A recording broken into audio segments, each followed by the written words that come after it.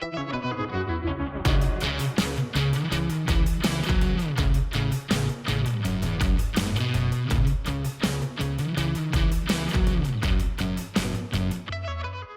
going on, everybody? It's Will, and we're coming back at you for another episode of the HuntStand podcast.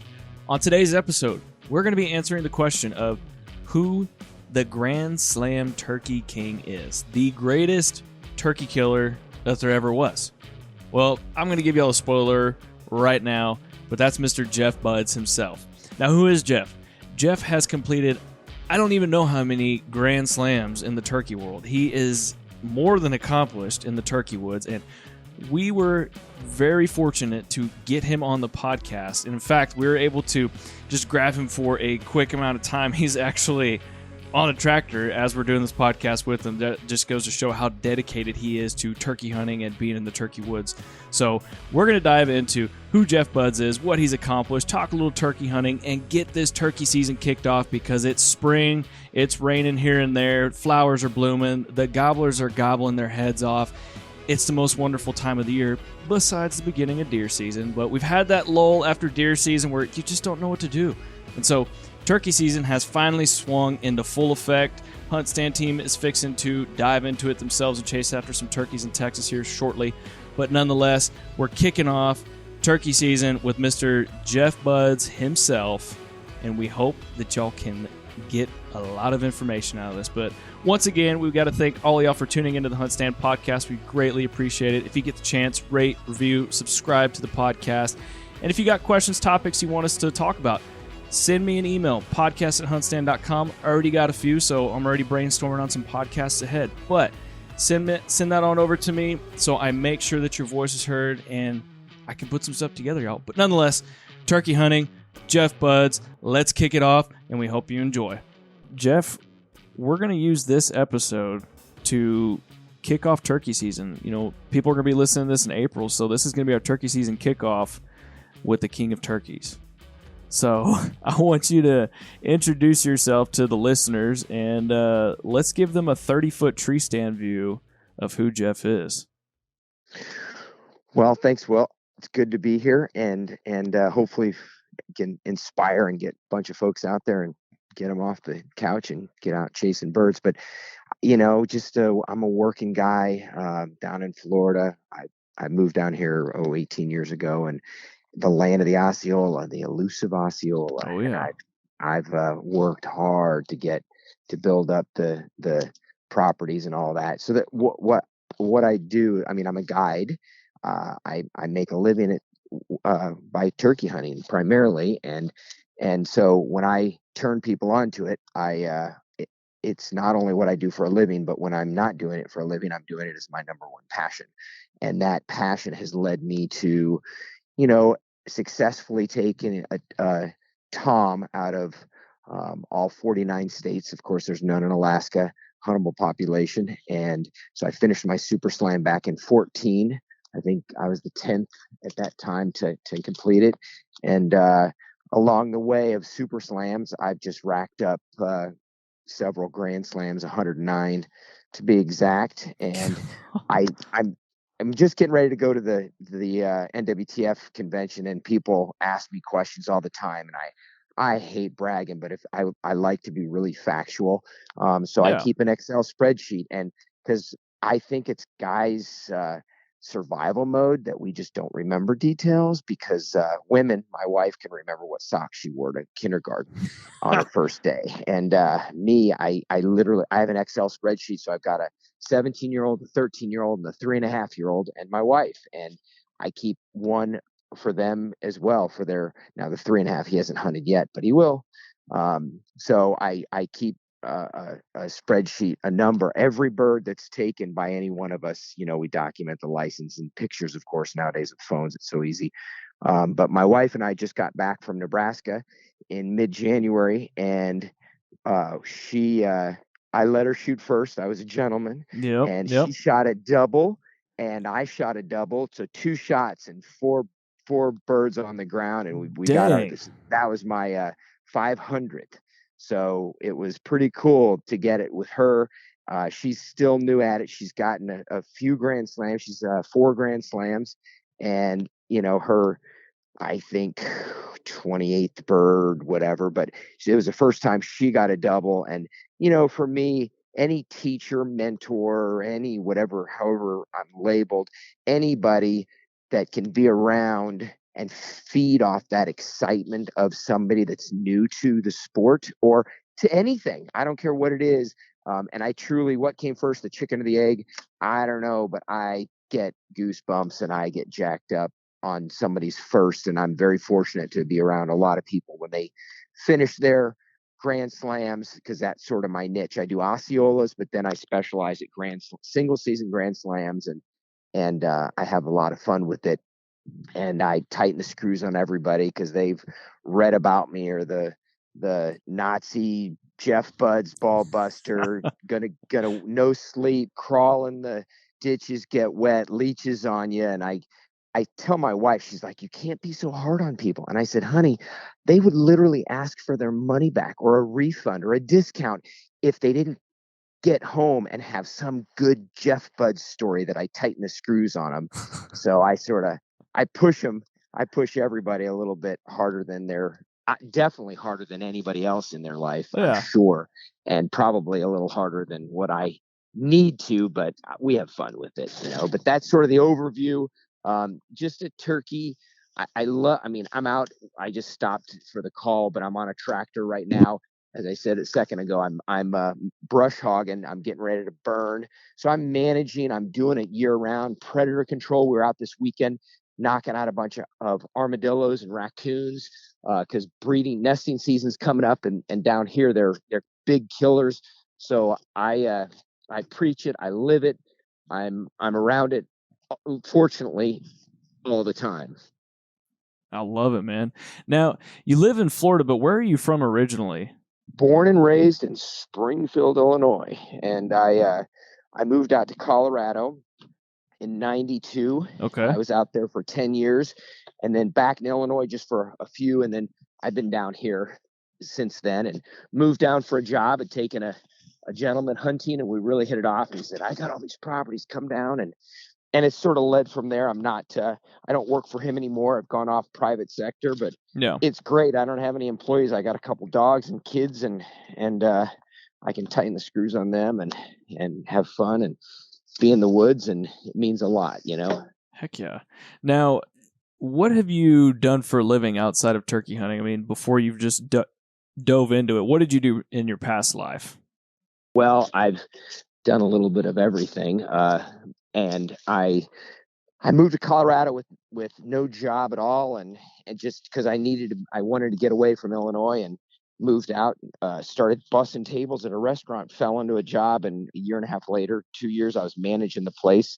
And because people call me quality control or OCD or whatever they want to call me, but I'm the first up and I'm last to bed, and everything's in order and straight. And, I haven't found somebody that can outwork me, or, and that I of course have kids now mentoring, and I tell them the same stuff. But so I did that. And then I realized I'm not getting on the road while I'm working, or if I'm on the road, I'm not making money. So I started a painting business and light construction. I had, wasn't happy with my mom when I was growing up. She had a bunch of rentals, and I was the guy that had to go in and fix stuff and paint and do all that. Well, wax on, wax off. 20 years later, I made a living at it, and a pretty good living at that. And then just had an opportunity to turn it more into the wildlife management, and coming to Florida and doing that, and just had an opportunity in building up the turkey base, and had an opportunity to just turn it into full time. So, and nowadays, I mean, who even knows what graduating from school and working 9 to 5 Monday through Friday for 25 years or 30 years, retiring and sitting on the porch and reading a magazine. I mean, we all have to multitask, and I'm the jack at all. And no matter what job we have, we all are doing more now than ever, and good, bad, and different. It is what it is. Yeah, exactly. So the place you got in Florida, let's tell listeners a little bit about that. how many acres you got? Like what all you doing out there with the turkeys? Let's dive into that a little bit. Well, and so when somebody calls me and talks to me about turkeys, and I tell them all, and I'm really honest, and say I'm going to try and talk you out of hunting with me, because if I need to talk you into hunting with me, then we're off at a wrong foot, you know. And I tell everybody, and I do a lot of Osceolas and Grand Slams a year, and they freak out like, you kill how many birds? And so I lease a bunch of ground for just the turkey rights. Okay. And what my motto is, I come in and I take half of the toms that I know are on the property, because as spring rolls, they're going to start splitting up. Like right now, my guys are strutting. They've moved in. They're with their hens. We have youth season that opens the 26th of February. Dang. And yeah, I know. And I'll be out on the Saturday morning, the 26th. I got 2 youngins to get birds for. So I, and then besides that, I have a few more leases that I have, and I have members for, and some I just fill with members, some I take care of, and I'm there when they're there. So I you know, and of course, price accordingly goes directly to how much the quality and the beauty and the lodge and the housing and such. So right, so that's it. But all in Central Florida. I'm Okeechobee. Okay. Live out in the country, and you know, it's 30 minutes to town. And you figure out what you need when you're there, because you don't get home and go, oh, I need a stick of butter, or some eggs, or, you know. You're out there in the gator country, aren't you? It's funny. There's one I just went by, and as you and I started off talking, I drove by a huge tom, and there was a gator sunning, and I drove 15 yards from him, and he was, I don't know that he was 11 foot, but he was close. To say that, I mean, that's a big alligator, and he didn't even blink his eye. God. So he could care less about the tractor, but there's a lot of gators. Yeah, you can keep them gators there in Florida, man. Yeah, I know, right? So I want to dive into you a little bit. How did you get into hunting? Like, what made you so obsessed with turkey hunting? I was not raised a hunter. I was a city boy. I mean, I had pellet gun, and you know, I was the kid that I got 1 shot for my buddy's 4 shots, and I still would take down more blackbirds than those guys, just because you either got it or you don't. Yeah. And my little crossman, I wore him out. And then I went off to college, and I still hadn't hunted. I mean, my folks were split up when I was young. I was raised in the city. I mean, I had a knack for chasing birds and squirrels and whatever boys do. Yeah. But bellied up at a bar, met a guy, and he said, I'll take you hunting. And I said, really? So we went duck hunting and then goose hunting. And then I said, holy cow. He said, you know, putting for turkey, it's coming up in a couple months. So we did. And the first morning, here come 2 scrawny little jakes and gobbling their heads off. And I mean, at that moment, I mean, as I said before, I don't remember much about details and a lot of things, unfortunately, but there are certain things that are just burnt in memory. And that first hunt, just something. And I think, so that was April 1st of 1989. Yeah. And then 1990 and 1991, I went as most people do. I drew my 1 weekend in Illinois. I went out and I sat by a tree, and I heard some birds, and I had some come close, but I never had another opportunity. And it burned at me. And I said, that's it.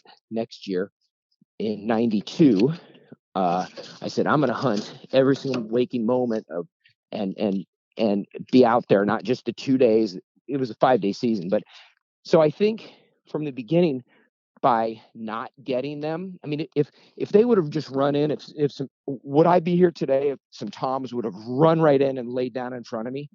Honestly, Will, I don't think so. Really? But because they beat me, and I didn't like that. And now, you know, I live for elk hunting, and I could tell you a story about elk or turkey without saying elk. I could tell you what the environment looks like. I could tell you what time of day. I could tell you almost everything without saying herd or flock or bull or tom. and you would have no idea. And I could tell you to the very end when I was holding my trophy, and you wouldn't have idea if it was a tom or a bull. And so that chess match, that battle is so much alike between the two species. And I think now I feed off of that. I feed off of, and everybody, so I'll give a seminar and I'll start it off. I say, oh yeah, everybody thinks I'm so great. Well, everybody in this room, however many, 50 or 80 guys, I said, add up every mistake you've made and every mistake of all your buddies have made. And I bet you I've made more by myself than all you put together. Now I'm out there for, 90 days this season and umpteen opportunities with clients and myself and all. Yeah. So I have more opportunity than just the guy goes out to hunt for his 2 days. But that's how you learn from anything we do. We learn from all those mistakes, and so it's that chess match, and now of course the success, because I'm just fearless and go at them and treat them. Gosh, I hate to say with less. So I started to say with less respect, but what I do, it's total respect, but it's less fear. People typically would sit by a tree and not make a call because they're afraid that they're going to spook the turkey, when I'm throwing everything at them that I can. I'm going to go down trying instead of go down by sitting on a bump in the ground, So that whole, it was sort of a long answer, but they just turkey, because there's such a long season, because I can go for all the states and the different dialects and the food and the cultures through all those states. It's just insane, It is. And kind of to piggyback off that, going with all the, different hunting in states and different cultures and everything, I encourage people to hunt out of state all the time. But to get back to turkey hunting, on a scale of 1 to 10, what would you say your obsession level is with turkey hunting? 100. 100? I figured you might say something like that. How can you quantify something like that? I mean, I always try and set the bar high. I've been working on it, and I had to wait until last year, the summer of 21, because Florida's season opened up on July 31st. The way the calendar works, it goes from August 4th, and then it works its way back and goes all the way down to the 31st, and then the 30th. Like in 22, it'll open on the 30th, and then it goes to the 29th, and then it goes to the 28th, and then kicks back to August 4th. So the net is, I said, you know what? And I've always been thinking about it. So I started in August, on actually August 1st. I was out opening day in 21 and shot. So I wanted to show people, because I hate those Instagram. Right now they show a strutter and they say, I can't wait for spring. And It just drives me nuts. So I said, you know what? I'm going to shoot a long beard in every month of the year in 12 consecutive months. So I started August 1st of 21, and I didn't tell my wife, but I was actually going to keep going. But I stopped I got my July. I had one day because it opened on Southern Zone, Florida, opened on July 31st of 20.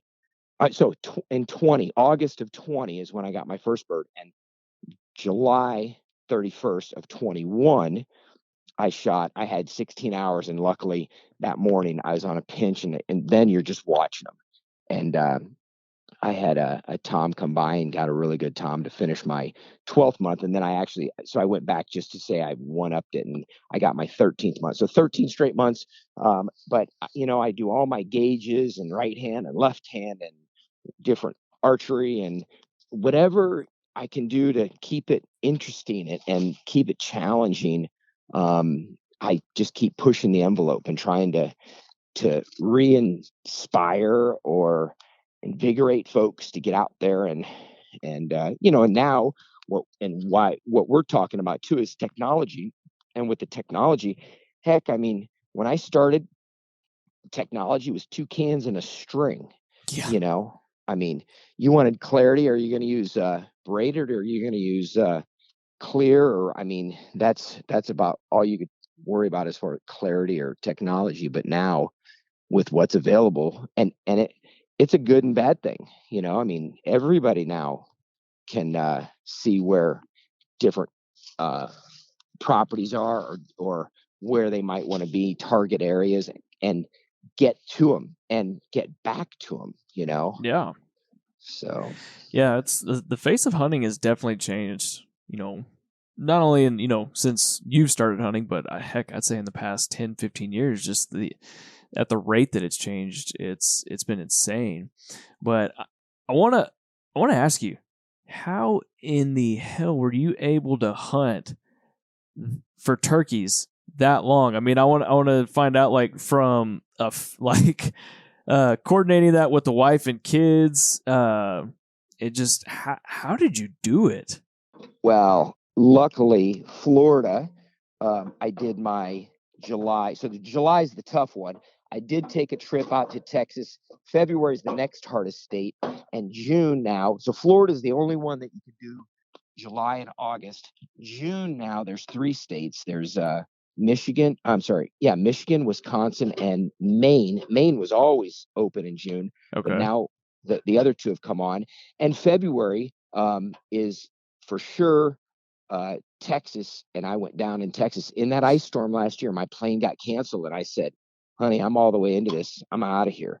And I loaded up my truck and drove 27 hours from Okeechobee, Florida, to got in at 11:30 at night, and I was 18 miles from the border, and hunted, got a bird. And I told him, I said, I get a bird, I'm out of here. And I carried 6 5-gallon jugs of gas, because you hear stories, but everything was shut down. It was unbelievable. But so the logistics for me, the answer is the logistics. An incredible wife that supports it and knows that I need to be gone. I'm a better person when I'm gone and then come back. And this spring is the longest stint. Other than that, it's just quick. I mean, I've got it. The contacts and the lack of fear of going and knocking on a door. And I mean, I do it to this day. I mean, people, oh, what, so what are they going to do? Shoot you? It's not going to happen. No. You're going to probably, and I have people, I can't tell you how many times I've spent the night on couches.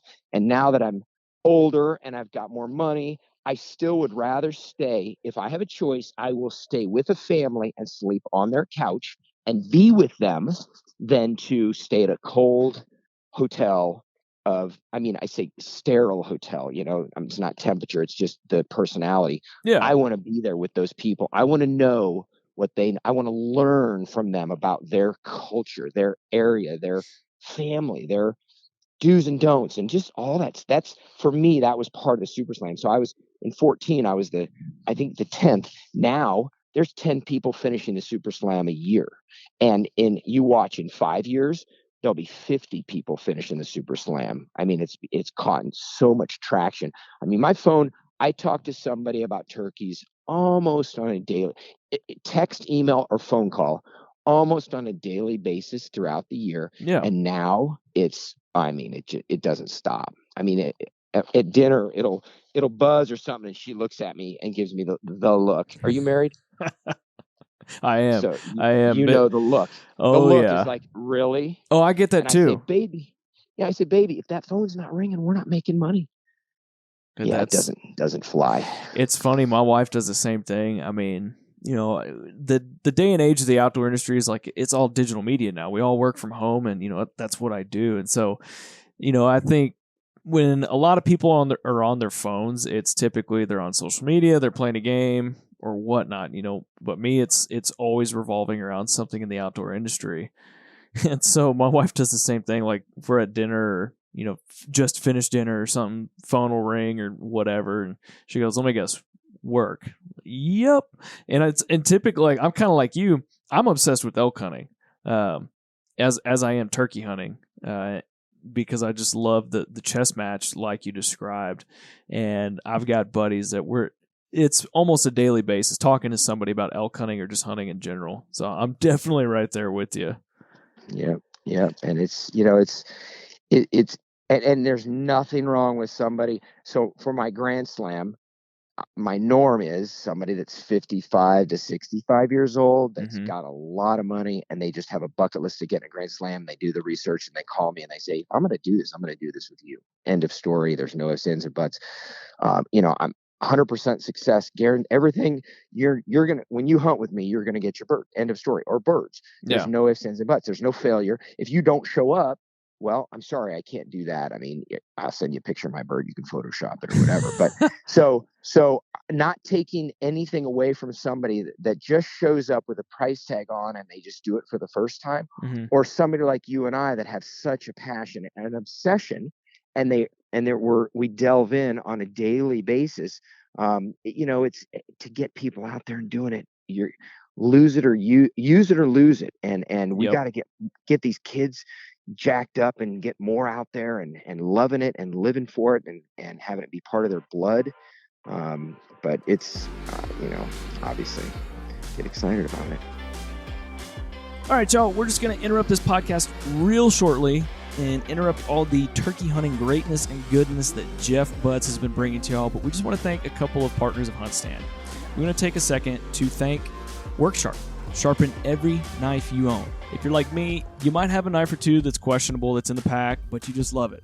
It's got that sentimental value to it. It was your dad's, brother's, it was somebody's, and you just can't get rid of it, but it dulls quickly. So if that's you, head on over to worksharptools.com. They've got a lot of different products that can remedy that for you. So if that's you, head on over worksharptools.com, and we just want to thank them for all their support for HuntStand. Next partner we want to thank Alps Outdoors. Exceed your expectations. If you're looking for some turkey hunting gear this spring, make sure you head on over to their website. That's alpsoutdoors.com. And they've got a lot of different things to make turkey hunting just a little bit easy for you this spring. But we just wanted to take this quick second, thank them real quick, and we're going to get y'all back right to the turkey hunting greatness. Oh, heck yeah, man. We've talked about your obsession with turkey hunting, how you got into it, but who taught you what you know? Or like, I know we talked, you've had all these mistakes, you learned from those mistakes, but who kind of gave you the initial push and introduction? It was Jim Lynch was my buddy back, and they talk about Terminator. Right. So if turkeys could ever go back in time, they're going to go back and whack him or have him not be at that bar that night. Yeah. But after that, I surpassed his knowledge. But honestly, the birds, after 92 and I got that one bird, then I moved to Colorado that summer spring of April 1st, it was my first bird. April 1st of 89, April 1st of 92 was my second bird. And I moved to Colorado and I said, I'm going to really do this. And I started calling biologists out there. I teamed up with Rick Hoffman was the biologist in Colorado. I can't believe his name came to me. But and then I called Nebraska and I started getting a bunch of literature. I'm not a guy that I burn so hard and heavy that when I do stop, if I start to read a big book, I'd be out like a light. I don't care what time of day it is. I mean, so I do books on tape now. But so how did I learn? I learned in the woods, and when I got around birds, I watched them. I mean, every move they made, and I talked to them. People are like, I'm afraid of, no, give it to them. And if they don't like one thing, now if they run, that's one thing. Yeah. But when you get a response, and there's so much interaction and nonverbal interaction that goes on with all species, and especially with turkeys. And just like we talked about, the look from the wife. I mean, that's nonverbal, but they can give a look. You come in the house and she's got both hands on her hips and she's got her head crooked to the side. You just go, I'm sorry. I have no idea what had happened, but I'm sorry. And let me talk sweet nothings to her. Exactly. So I watched birds, but I jumped in and I spent, so 94 was my first slam. And I said, I'm going to be in. And I spent as much time. And so when I'd spent knock on a door, I met somebody elk hunting. I met two guys from Oklahoma and I said, I saw a license plate. And I said, you guys turkey hunt? and he had his diaphragm in, and he turned and went, "Arr, arr, arr." And I said, "Oh my gosh, I'm coming." And he said, "Show up." And I said, "Okay, let's stop for 1 second." And I couldn't be more serious because I had already razzed him because Yeah. life's too short. I tell everybody, if you get an opening on me or find a chink in the armor, you better take it because I'm going to get you every time I can. Because life's about having fun. And they said, "Oh, come on down." And I said, "I'm serious right now. I'm serious as a heart attack. Please do not offer. Don't ghost me when I call you because I am the guy that's going to show up. I promise you." And they're dear friends of mine now to this day. And, I was waiting tables. Some girl in Boulder had a cute little Southern accent. I said, "Where are you from? What's your name?" Whatever, Lisa. "Where are you from?" "Mississippi." I said, "Mississippi?" And she's like, "Yeah." She starts rolling her eyes. I said, "You got brothers?" And she went, "Yeah." And now she's totally thinking this guy is gonna hit. He's hitting on me. I said, "Do they turkey hunt?" She said, "Well, yeah." And now she's put off that I'm actually starting to realize that what I'm doing, and it has nothing to do with hitting on her. I said, here's my number, or if you want to give me theirs, I want to talk to him. I want to. And I'm telling you, I will go for the juggler. And everybody gets a little intimidated here and there. Last thing we do is go knock on a door, but they're just people. And so what? They say no. Go to the next door. And that's why, for Osceola, supply and demand, it's tough down here. I mean, I've known some of these ranchers forever, but for me to give them a $10,000 or $15,000 check to buy some birds, if a guy has that much property, $10,000 or $15,000 doesn't move his dial at all. He could care less about that. So they don't want anybody on their property. And there aren't doors that you can just go knock on. Yes, there are. There are plenty everywhere in the country. But Florida and Texas are so close, and you're there. I mean, you go out in the country. If there's a house that you can see, it's several hundred, if not thousands of yards off the main road, and there's a lock gate between you and that house. So you can't just waltz up and knock on a door. No. So anyway. And it's funny you talk. I want to talk about this knocking on doors, because I feel like there's a lot of ranches out there, and I'm finding this out through friends whose family have property or they've got property themselves. But a lot of people out here in Texas have kind of, I don't want to say quit caring about turkey, but turkey's not as big down here. And I think that's all because of the huge rise in exotics and just the whitetail hunting down here. So I've actually found it fairly easy to get some turkey access down here because people are like, "Oh, you want to go shoot a turkey?" I'm like, "Yeah, I do." What can I do? What can I pay? And they're like, "Nothing. I don't care. They're just turkeys." I'm like, "Okay, deal." But for somebody like in Mississippi, Alabama, Kentucky, or even Florida, like, what's your kind of go-to or process, if you will, when you go knocking on doors? Like, what does Jeff Budz do? Well, first and foremost, and so it's funny because I say go in the off season, but as quickly as I say that, wherever I've been, if I'm on opening day, if something happens and I don't have his stars lined up and everything's perfect, I'll go knock on a door opening day. But in a perfect world, you don't go find somebody. You go when it's nice. When they don't, if the wind's not blowing, it's cold and they have to crack the door. You go when it's nice and you get them in the late afternoon and they're around the house doing chores. You go up and go, "Hey, how's it going?" You don't wear camo. You don't go in numbers. You go, if you got a kid, bring the kid. Dog, great. I'm just kidding. The missus, great deal. But I try and keep it simple. And they know, just like a girl, when you go up to a girl in the college days or whenever you're in a rut and chasing a girl, she knows the game. But you know what? You don't just go right for the juggler and say, "Hey, you want to go on a date?" Or, like, "Hey, what's your name? Hey, what's this? What's that?" And, and then you beat around the bush. It's part of it, And so you find out about them. You learn about their property or their area or their family, the lineage. I mean, some of these families are generational properties. And to find out that kind of stuff and learn, I mean, it's just, I get tingles thinking about all the information and all the opportunities I've had to meet these incredible people and learn. And they're so proud of it when they start talking about it. It's like a grandparent when you say, "Oh, you got a picture?" Well, now they don't open up their wallet. They have the full 82 pictures in plastic, they get their phone out and they can start swiping through it. You say, ask a grandparent about their grandkid, you know, and I mean, they're proud as heck. But the folks, you know, with those properties and, you know, and then you just fall into somebody. I mean, so we went Nebraska and you know, you get 4 birds. And I told my buddy up there, because I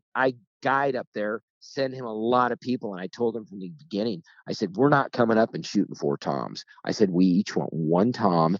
And some of those ranchers, when they have people don't in the South don't know what it's like to look out and see 300 turkeys, and they're at the ranch every day, and they hit the bales of hay with the oats in them and stuff, and they'll scratch through the entire bale, 6-foot bale, round bale, and just to get those seeds, and all the hay, the grass is gone and just trashed, and you know, so we definitely shot some hens, and you know, it's part of it. But they say, if you're not going to start shooting any of these birds, I'm going to just nuke them all. And you're like, whoa, hold on, and we'll give you some money. But you got to offer money. And as quick as I say that, the properties, when I had my painting business, I'd go in and I'd say, hey, how's it going? And they go, oh yeah, what do you want? It's no trespassing. I said, that trim, if you don't get on that trim pretty quick, you're gonna be replacing a bunch of wood here. What do you mean? I said, look at that. You see that mold growing over there? If you don't get that power wash and get that old wood off of there, you're going to lose it. And they go, huh, what do you know about it? Well, I had a painting business. And then they go, a painting business?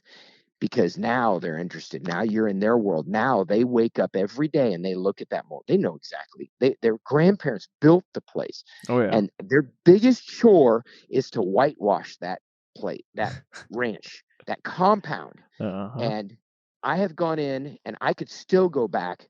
Bobby and Karen, in Gardner, Colorado, and bear, elk, turkey. What do you want here? And I went in and took my guys with, and one weekend we power washed, scraped everything.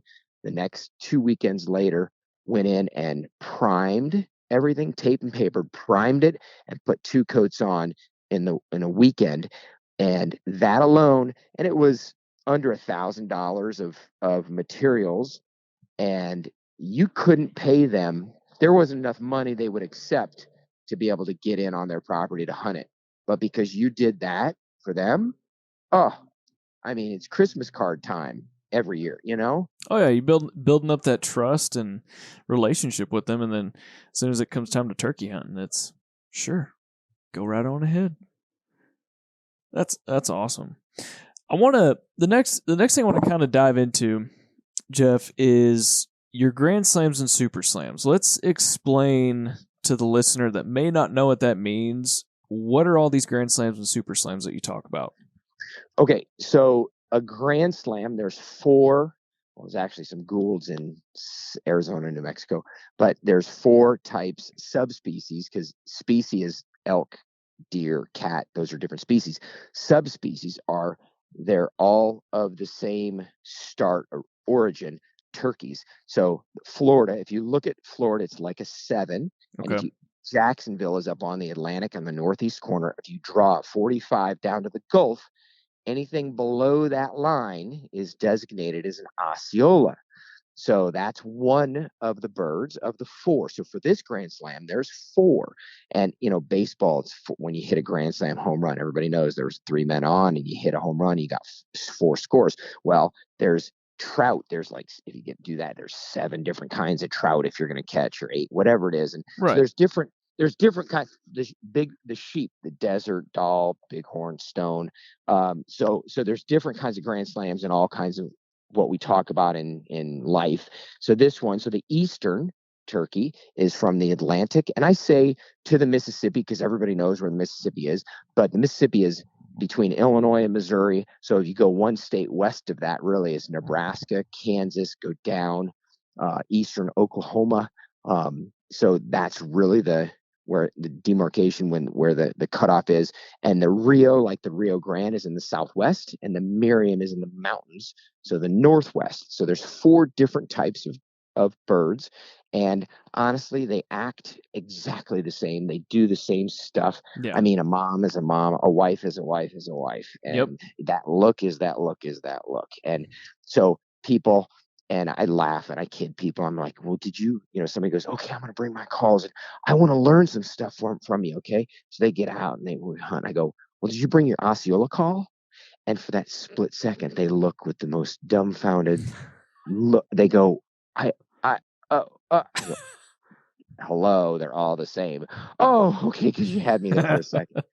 I mean, they're all the same. They do the same stuff, calls, gestures. I mean, if they can catch it and fit it in their mouth, they're going to eat it.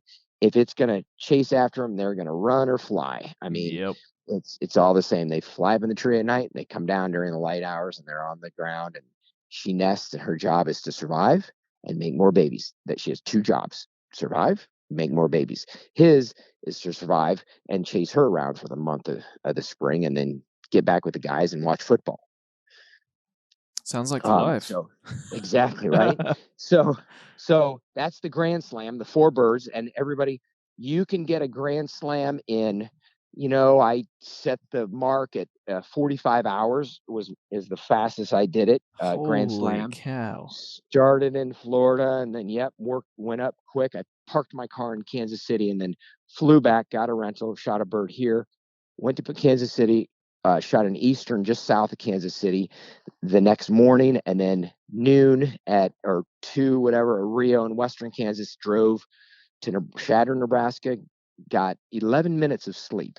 And my buddy woke me up, and we were there for Fly Down Bird. And so that's flying commercial. I'm trying to get somebody with a jet because I want to do it in 16 hours, but we need somebody with money. Oh, I got it lined up. Got to set the bar high. I told you. So that's the Grand Slam. You can do it in a lifetime. You can do it in hours. It doesn't matter. And any bird counts for a Grand Slam. Any legal bird. Mm-hmm. I have my Excel spreadsheet, and it goes by the year, and of the year, then it goes over. It says the state. It says the subspecies. It says the sex. And then all the measurements and license and all that good stuff. So you turn it into the NW National Wild Turkey Federation, and $15 a bird. And so for one Grand Slam, it's $60. They send you 4 pins, 1 for each bird, and 4 certificates. And then the 5th one says a Grand Slam. And then the pin says Grand Slam, and the certificate says Grand Slam. So you can look online and go to their records section. And now they've made it easy, so you can actually apply and do everything online. It used to be paper, so that's streamlined the process. And then the Super Slam is to take a bird, a legal turkey, out of the 49 states. As I said before, there's none in Alaska. So 49, Hawaii is definitely included. And, there's a lot of birds and a lot of property, and there's a lot of guys traveling these days and doing all their homework. And that's why, the technology and the phones and the information out there to set yourself up for success and do more than you ever thought possible that you could or would do before you step foot on the soil. And that's not on the property. That's whether your cart crosses the line or the plane lands or however you get there. So there's as much done as you can. But there's the double edge. If you've done nothing, get out there and knock on a door. Go to a bar. Go to a archery shop. I found they're much more hunters than rifle guys. They know that it is what it is. But what I found is I'll stop off and see an archery store. I'll see a UPS driver. Oh, forget about it. He'll think he's trashed my package or something. I'm like, no, listen, I got permission on a guy's property. Oh, I have birds on my own property. I mean, it's UPS, FedEx, Postal. Those people are out there on those roads every day, and there's no competition. Like if you see somebody in the woods and you're like, "Hey, what's up?" "Oh, nothing. What's up?" "Hey, did you see anything?" "Yeah, there's a lot of birds over there." And he points over there one way to the far right. Well, guess what? When he leaves, you go to the far left because he's not going to put you on the honey hole. Right. So anyway, little tricks and because again, at the end of the day, when you get back and you're whoever there is, maybe it's just yourself. You're the only one in your life that you need to answer to, but somebody you're gonna look in the mirror, you're gonna talk on the phone, and they're gonna say, "How'd you do?" And there's gonna be a moment of utter disappointment. And if you don't do everything you can before and during, then it's your own fault. and we've That's all true. been there. If everything we did was successful, it'd be boring, you know? So, I gotta ask. You know, I looked up the turkey records in NWTF, and I searched your name, and not really ask. I'm just letting listeners know this, just to let them know how decorated you are as America's #1 turkey killer. But when I search your name in the records, it says limited to 100 results, and it just goes on and on and on, man. That's awesome. yeah. It costs a lot of money, a lot of $15 that are turning all those birds, those knuckleheads. I should get something, NWTF, talk to Budz. Well, Jeff, what are your plans for 2022, and where are you headed this year? I mean, what's the golden plan for this turkey season that's about to start? Well, so I, of course, go back to my Excel spreadsheet, and I, of course, think long term. And so I've got a 3.5-year-old, and he is too young this year Yeah, to hunt. It'd be criminal to try and put a gun. I mean, he gets the fly gun. If there's a fly in the house, I mean, we leave the door open, begging flies to come in because it's so much fun around our house. You can't go barefoot because you feel like you're at the beach. So we have a blast with that, and it's a great start. yeah. But my 13-year-old, the 17-year-old, it was quite a while ago, and she got her slam, finished a double season slam. So now the 13-year-old, she gets to go. So taking the whole family out west, so she can Kenna can finish her slam. But I do, and along the way, so I've kept records, and I'm at so one super slam, and I've got 3 birds in another 20 some states, 2 birds and then another few, and then singles in a lot. So I'm going to slow down and just start picking away and doing that and working for birds. And because I had a lot of fun in those states, Oh yeah. you never go to ever before. And again, but when Hunter is, after next year, I'm hoping we can use a single shot 410 and put it on him. I put a red dot. I mean, I set him up, everybody up for success, TSS all the way. And so when it gets to him, I mean, it's when it gets to those little ones, golly, I'll always hunt, but boy, I'm gonna slow down a bunch when those and the girls, I mean, they're killers. Don't get a woman mad. Oh, they're brutal. I mean, they'll pull that trigger and they don't even, their heart does. I'd love to get a heart rate machine because a monitor, because they don't even care. Guys get jacked up and flinch and all this buck fever.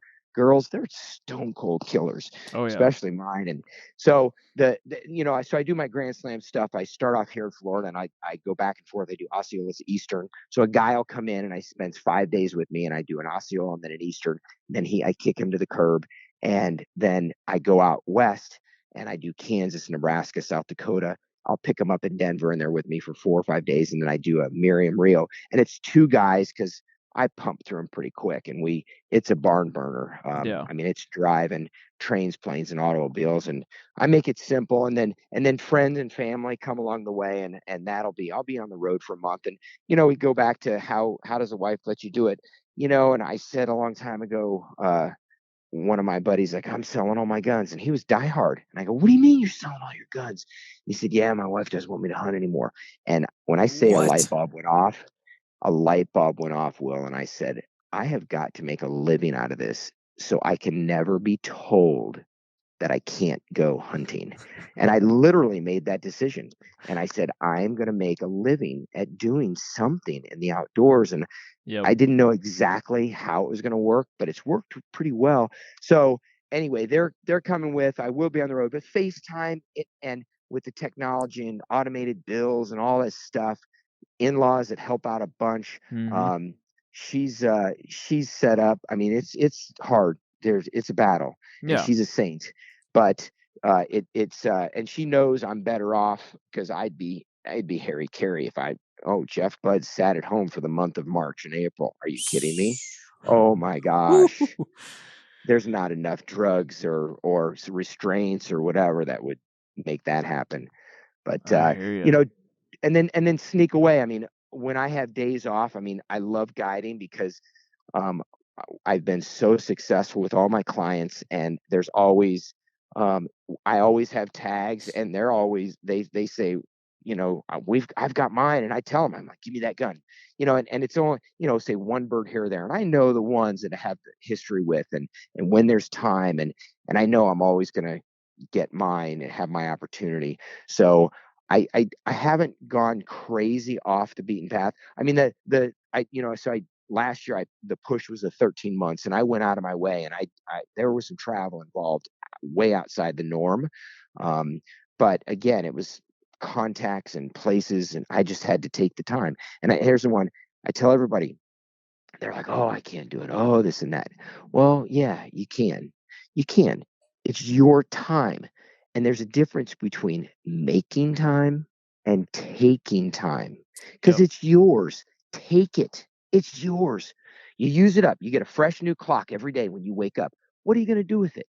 And I know it's hard nowadays. I mean, I took a big hit. I mean, guiding, they didn't show up in 20. Just gone. Nope, can't come. We'll come next year. Huh? Okay. Well, then 21, I had all these people that I wasn't getting any new income. I mean, I'm still recovering. So nobody's going to preach to me about watching every penny, or it's hard to make ends meet. I mean, it is harder for others. I get that. Yeah. But if somebody really wants to do it, there is a way, and sacrifice is part of it, and dedication and determination, and all that stuff, and lack of sleep, and I mean, lack of sleep equals success for me. If somebody says, what's your number one? Lack of sleep. And I have sunflower seeds, and I have books on tape, and I drive. Some of my extremities I can't feel because it's so cold, because that's how I stay awake. I stay so cold. If anybody's traveling with me, I say, you better put on a sweater or get in a sleeping bag, or what are you talking about? It's 70 something. Well, it's not going to be when we're driving in the middle of the night. It's going to and I'm going to have the AC on max. So you better bundle up. What? Well, yeah, there's stuff, and to do whatever you want to do. It's out there. It is, man. It is. Well, Jeff, I really love the time that we've gotten to sit down, talk turkey hunting, everything turkey hunting for a little bit. I know I definitely want to get you back on here to talk language of turkeys and, more tips and tactics, but we're going to save that for a later podcast. But tell the listeners real quick, where can they find you on social media? Do you have a YouTube channel? I think I saw something about Turkey University. Tell us a little bit about where we can find you. Yeah, there's some information I put out on at Turkey University, and Andy does a pretty good job with that. And I'm not as after it as I should with social. I have Instagram, Jeff S. Budz, Budz, Jeff S. Budz. And so it's linked. They're linked. I think Instagram and Facebook are linked, and all that stuff. And my website is, you can Google my name, Jeff Budz, or tag it worldwide. There's a lot. I try and get some stuff out there, and get people cranked up, and and I'm 55, and the technology is I'm good with it. I'm okay with it. Some of the younger kids are really doing much better, because they really jumped on, and they're putting a lot out. And I tell you, I mean, it's work. There's a lot of work involved. And anyway, I need to do better. So just got to get to posting. Just post a little bit here and there. I hear you. Well, Jeff, I really appreciate it, man. It was fun getting to talk turkey hunting with you this afternoon. I can't wait to get you back on here again. And I know we'll get to see you here soon on the next one. All right, buddy. Thanks for calling. And you guys, everybody else, get out there. Get out there and have fun. And there you go, everybody. Another episode of the HuntStand podcast. We hope that y'all enjoyed this one. We hope that you learned something from Mr. Jeff Budz himself. And we hope that we have y'all just ready to go chase after some birds in the woods. It's time. We hope that y'all have a successful spring. And remember, we're going to be kicking off Field Note Fridays here very shortly. And again, what that is, it's a mini seasonal series where we're going to be talking what the birds are doing in certain areas of the country. And this is going to be live information from experts. They're going to be bringing this to us. So hopefully if y'all are in that area or close to it, y'all kind of can get a little bit of a head start on what the birds might be doing in your area, game plan a little bit better. But don't forget, we've got Field Note Fridays brought to you by Worksharp, coming here pretty quick. So make sure y'all are subscribed to the podcast. And again, we appreciate y'all's support, and we'll see you on the next one.